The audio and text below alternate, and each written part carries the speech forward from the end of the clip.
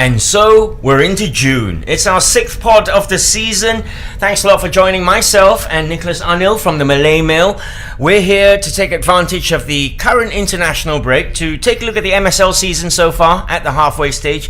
We'll be talking a little bit about the Four Nations tournament kicking off this Friday, the 3rd in Malacca. Of course, do follow us on Facebook. It's Malaysian Football Weekly. It's also All Sports Asia on Facebook. We're on Twitter. Allsports.net is our website. On Twitter, we're at All Sports Asia. Right, Nicholas and myself, a lot to talk about. Let's start with international football. Right. I say that. Okay, Ong Kim Swee's latest selection, Nick, were held to a goalless draw by Myanmar in Yangon last Saturday. It's our 3rd game in a row now without a goal. Yeah. Worrying? Very worrying. It's not only our 3rd goalless game. In fact, if you look back at the last 10 games, Ross, we've only scored 5 goals, and 3 of them came in a friendly against Laos last year. So that says a lot about the team. And when Ong put out his squad, you look at the strikers. There was only 3 strikers in that lineup. You had S. Kumaran, who's not an out-and-out striker. He's not. Yeah. You have Ahmad Hazwan Bakri, who's just come back from a long injury layoff, and you have Amri Raya, who's 35 years old. So that pretty much sums up our striking options. Well, Ong actually highlighted the fact that there's a dearth in strikers in this country. The fact that Zakwan Adha from JDT2 was called up. I mean, when I saw that, I literally spat my tea out. No disrespect to the player and all that, but he's been injured. He's been off the scene for 3 years. Yep. He plays in a 2nd division, the correct, division JDT2, below. and he doesn't even start all that often for them as well.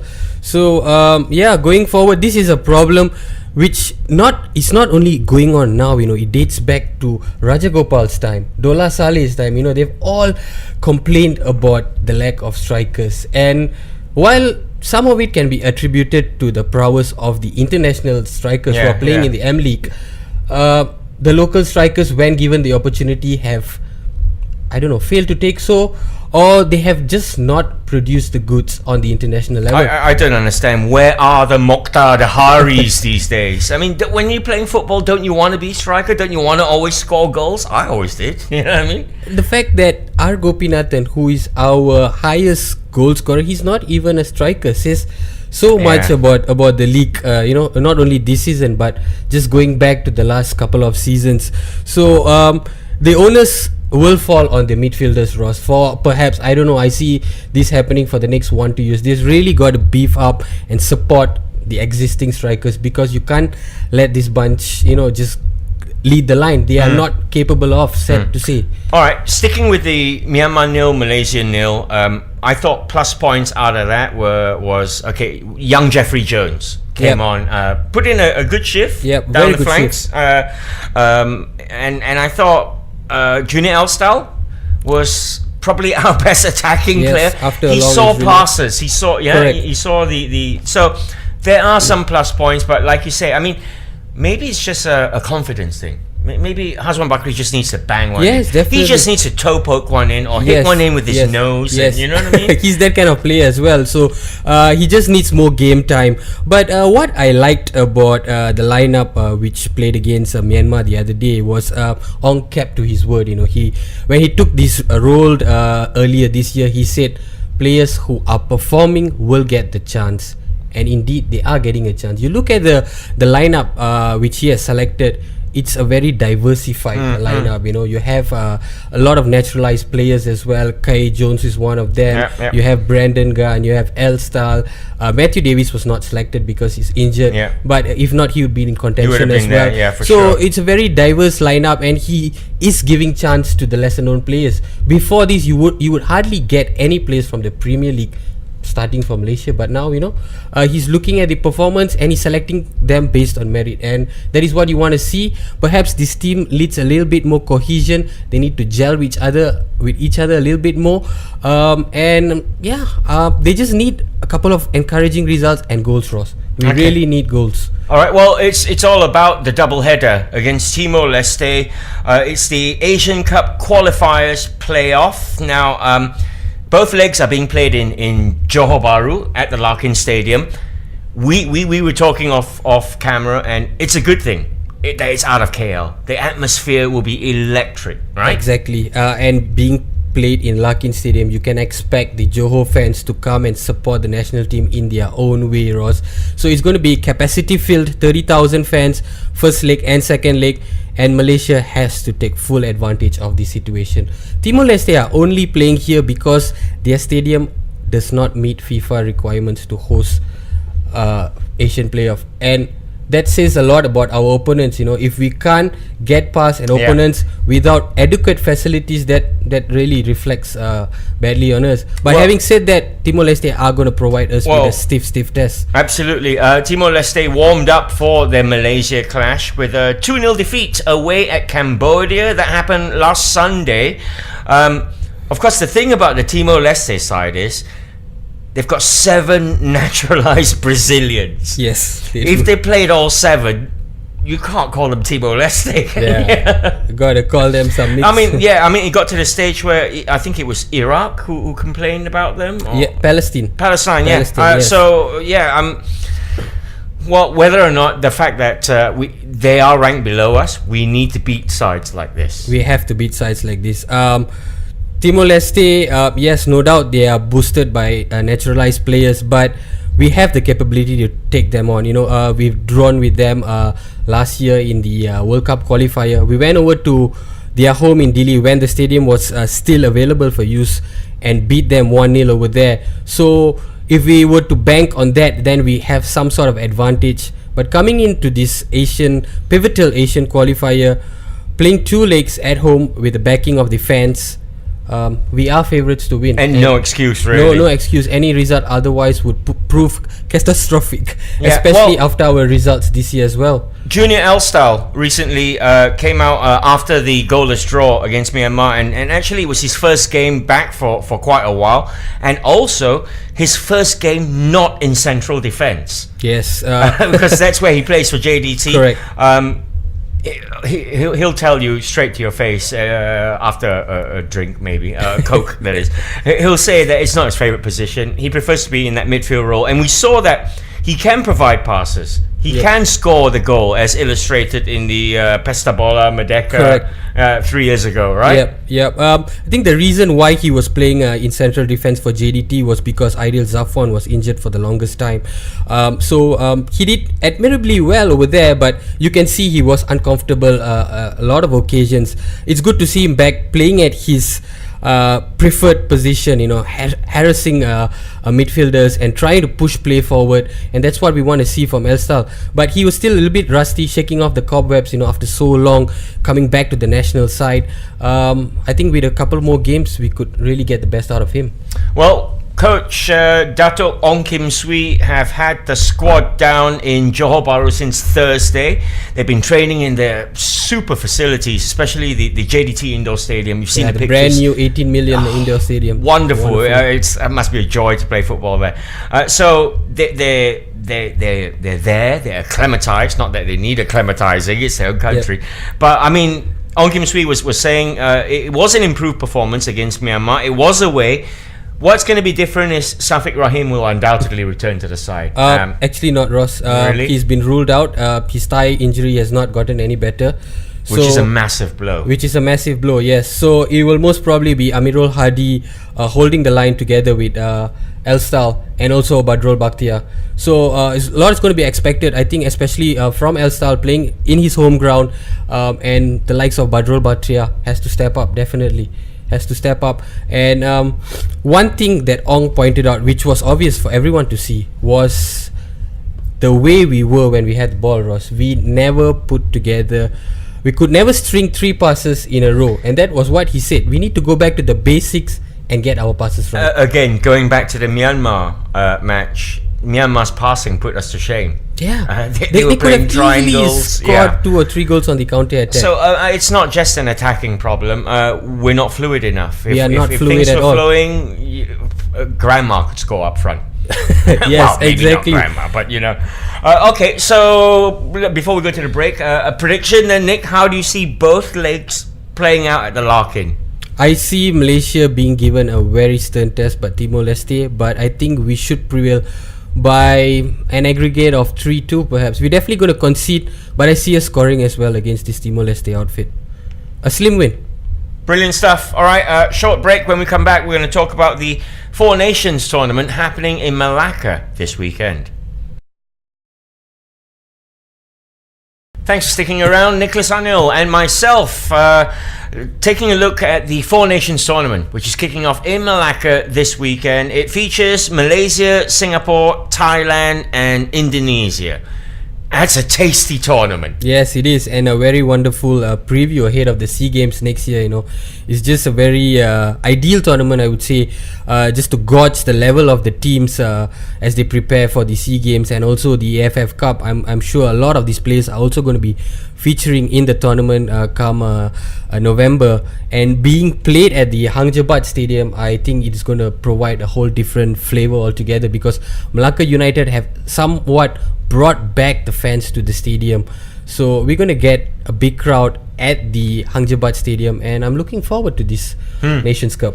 Yeah, Malaysia's head coach, the German Frank Bernhardt, it's going to be his first proper competition. Yes. He's had a couple of draws, Yes. right? We saw Against Nepal. Nepal get full side, albeit.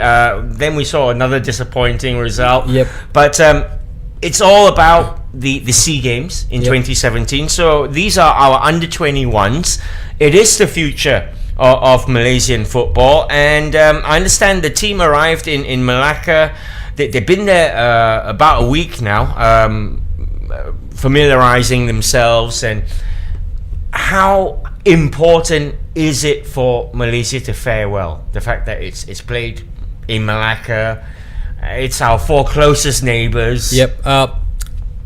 This basically, we are going to go into this tournament. We are built favourites not only for this Nations Cup, Ross. We're also going to be built favourites for the SEA Games. So this tournament is pivotal not only for the national team, but also for Bernhardt as a whole, because this is the first time he's actually getting all his players together. Before this, there was a lot of controversy with regards to Bernhardt's reign.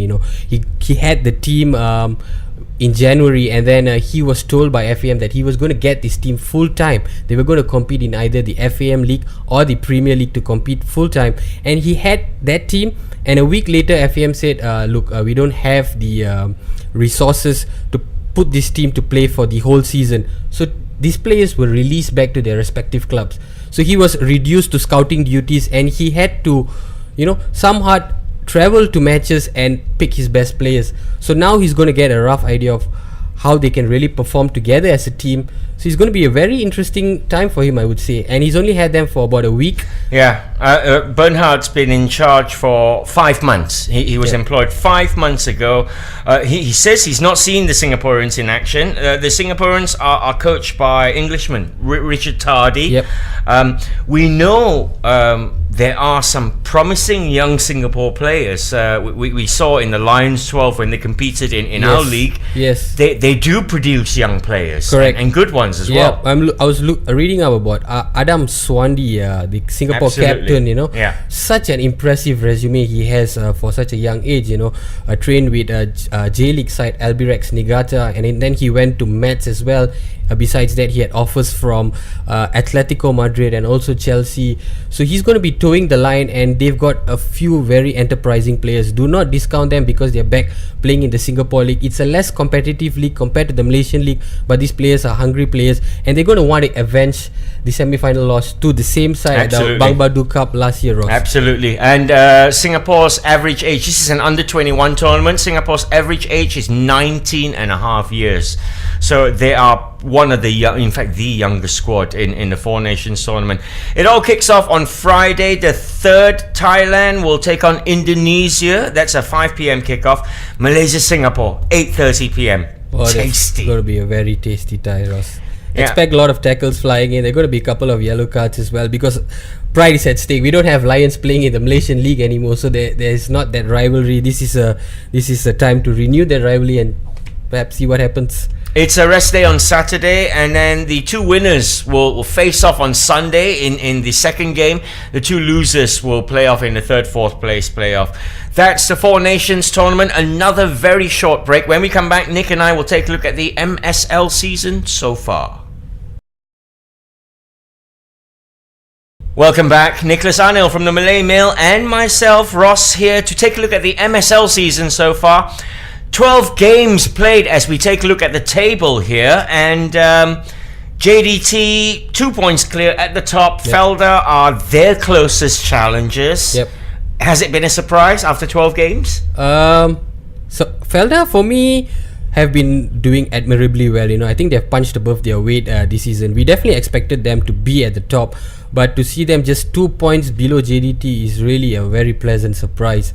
But for JDT, it's not a surprise at all, Ross. It's surprising for me that they had gone on such a magnificent run, winning 12 games in a row, and right after winning the FA Cup, they went on and scored 9 goals without conceding. So it just shows the depth and the quality of the squad. They're not taking things lightly. They don't have that mentality. Look, we are the best. We can take things easy, and we're still going to win anyhow. Even after scoring 2-3 goals, they're just going on. They want to score as many as possible. They're still challenging on all fronts as well. Still alive in the AFC Cup. Back to the table, Selangor are a distant third. It's not good enough. If you're a Selangor football fan, you will know it's not good enough. They are 8 points off JDT at the top.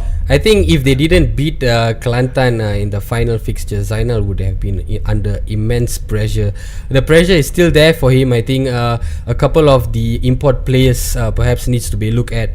I'm seeing Olivier as one of the first to leave the club. He hasn't performed at all, and I hear rumors that Dixon Namakamwe is hovering around the Klang Valley, so that could be a very interesting transfer. Hold that thought. We're gonna work our way through the top teams in the MSL right now. Let's start with JDT. Now, last time out, JDT were emphatic 6-0 winners at the Darul Makmur Stadium. I can't believe that. Pahang 0, JDT 6. It was Razib Ismail's first defeat, wasn't it? Or second defeat? Second defeat. Yep. And what a defeat it was. It was a spanking at home. Yep. Compounded with the 3-0 loss in the reverse fixture as well. But you can just see the difference in quality, Ross, when JDT went forward, especially with their two Argentine import players. They took a gamble as well, bringing in Lucero and dropping Rangel to JDT2. Everyone thought that was a wrong move, but Lucero just stood out in the 2 games against Pahang. He was not only scoring goals, he was creating chances, he was involved in the build-up play, and you have both these Argentines leading the front line, and then you have the likes of Azamuddin Akil and Amirul Hadi and Kunalan. So it's a very cohesive, compact unit that are indestructible at the moment. Well, it's no surprise that they're leading by such a long way. Diaz scored his second hat-trick of the season. Then you've got Lucero who scored his 4th brace of the season. Excuse me. That's how well JDT are playing at the moment. Yep. So an emphatic 6-0 win. That was last weekend. Of course, MSL's on a break at the moment until mid-July. Continuing then, you were saying how surprising Felda have been. They're only 2 points behind. They've suffered 2 losses already, but they're up there. Okay, last time out, it was a 2-2 draw against Penang. A surprise. That's where they slipped up. Yep.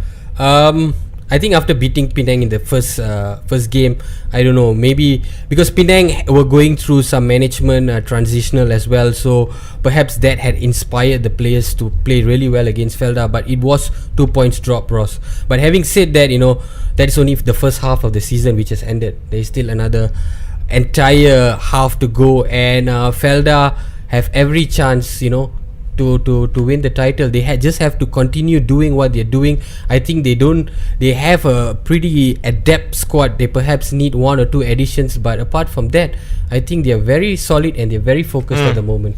For Felda United, head coach Irfan Bakti was blaming the fact that it was overconfidence. They underestimated their opponents. Penang, it's all changed. We understand. Our good friend Boyan Hodak is involved now. He is the CEO of the club. I read an article recently which said that Penang have always been run by people in a part-time capacity who were doing other jobs and all that. So now they actually have Boyan, who's specialized. He will just concentrate 100% on football matters. That's got to help. They're bottom at the moment. Yes. It will be a miracle. I mean, this could be the highlight of his resume if he could keep Penang in the Super League, Ross. But Boyan Hodak has always been linked with Penang. 2 seasons ago, he was looking for a place to stay, and when probed, he said, no, Penang is still not my choice at the moment. And then he went to JDT, and I think that JDT stint had prepared him for Penang, because he went to JDT not only as a coach but also as a manager. So he was not only in charge of the management of the players but also the administration of the team as a whole, and that would stand him in very good stead for this stint. Brilliant stuff. We wish Boyan Hodak and Penang all the luck for the rest of the season. Alright, continuing our look at the top clubs in the MSL at the halfway stage. We've got to talk about probably the game of the last round. Kelantan 2, Selangor 5. Okay, let's start with Kelantan. Their new coach, the Croat who's in charge, Bulgarian. He's already under pressure now. Yep, Popov. Hungarian, yeah. He's came from Maldives. Had a lot of success with the Maldivian team and also the national team to a certain extent. But the Malaysian League is a totally different proposition. As he's finding out. Yes, did very well in his first game to draw Selangor with 10 men. But then reality check came in Kota Baru, and Popov will have 5 to 10 games to prove himself, because Kelantan are a very demanding club even before the new owner came in. Now with the new owner there, every match is going to be scrutinized, every action is going to be monitored. So he's got to start producing the goods. But lucky for him, he had that break. He has this 1 month break to work with his players to perhaps get new addition. And again, Kelantan's one of their main problems this season were their imports, which were not performing. Apart from Blaise Ilioski, which was scoring here and there in patches, Draman Torre has not been scoring at all. Surprising, despite being a last season's top scorer. Exactly. And also Jonathan Luka, who has been very disappointing. So I think a change of foreign personnel might do them good. Okay, well, there's a lot of talk about clubs getting rid of their foreigners. Selangor seem to have found their shooting boots finally. I think this is the most goals they've scored for 2 years or something, right? But I mean, it was nice to see. It was refreshing. You saw the goals. I mean, they cut loose, and this is the Selangor we know and love. Correct. And surprisingly, they did it without their top scorer, Patrick Ronaldinho. It goes to show that they can still perform without their top scorer. They just need to play consistently and find the right game plan. Before this, Selangor were just all over the place. They didn't have a game plan. They didn't have any shape about them. And Zainal at times looked like he didn't know what to do with the team. He was just get the ball and pump it up to Ronaldinho in hopes that he would create something. That needs to change. Perhaps a change of strategy and also personnel. But regardless of the matter, Ross, Selangor needs to come back stronger in the second half of the campaign. Well, already languishing 8 points behind leaders JDT at the halfway stage. It is an international break, also a break for fasting, and play will resume in mid-July. It all starts up again on Friday, the 15th of July, with the East Coast Derby. Terengganu will take on Kelantan. Selangor will play PDRM. Felda hosts Perak, leaders JDT Kedah. I mean, it's a welcome break for international football now. But if you're a player, especially Felda United, you're losing momentum now with this break, aren't you? Yes, you are losing break. But it also gives you a time to refresh and rejuvenate, and perhaps get your house in order and just launch an assault for the second half of the season. Not forgetting, there's also going to be the Malaysia Cup campaign, which kicks off after the break. So teams are going to have to juggle 2 competitions at once. So there's got to be a lot of shake-ups in terms of personnel and also strategies and even logistics as well. So very very interesting a season ahead, because this is the first time the Malaysia Cup will be held simultaneously with the league. So I actually think that's the way to do it as yeah, well. yeah, it could really spice up the league, and there could be a lot of surprises, Ross, once the league restarts again. Brilliant stuff. Can't wait for it all to start up again on the 15th of July. That's it. We're done for this episode. I say many thanks to Nicolas Anil, absolute star. And thank you guys for watching and listening. Don't forget to catch all our latest videos on our YouTube channel, All Sports Asia. Until the next time then, bye-bye. Bye.